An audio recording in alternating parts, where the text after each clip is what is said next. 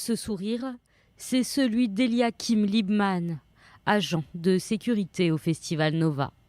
Pendant 210 jours, ses proches pensaient qu'il était détenu en otage par les terroristes du Hamas à Gaza. Hier, la nouvelle est tombée. Eliakim a été tué le 7 octobre. Son ADN a été retrouvé dans la tombe d'une autre victime du Festival Nova.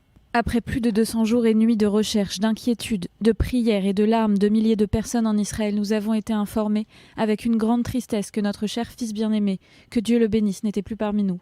Nous avons été informés de manière officielle de sa mort. Selon les derniers éléments de l'enquête, il a été assassiné dans la forêt de Reim le jour même, alors qu'il était resté des heures à soigner les nombreux blessés.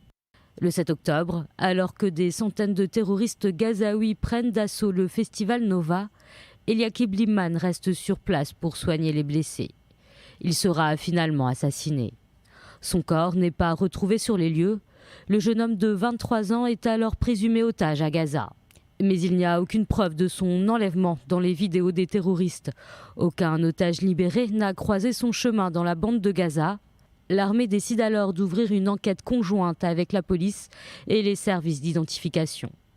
Après de longues semaines d'investigation, les résultats tombent.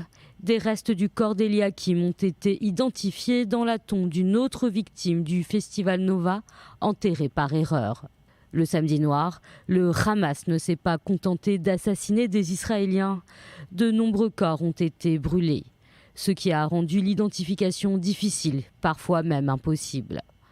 Pendant plusieurs semaines, Zaka, le service d'identification des corps, a ouvert des dizaines de sépultures.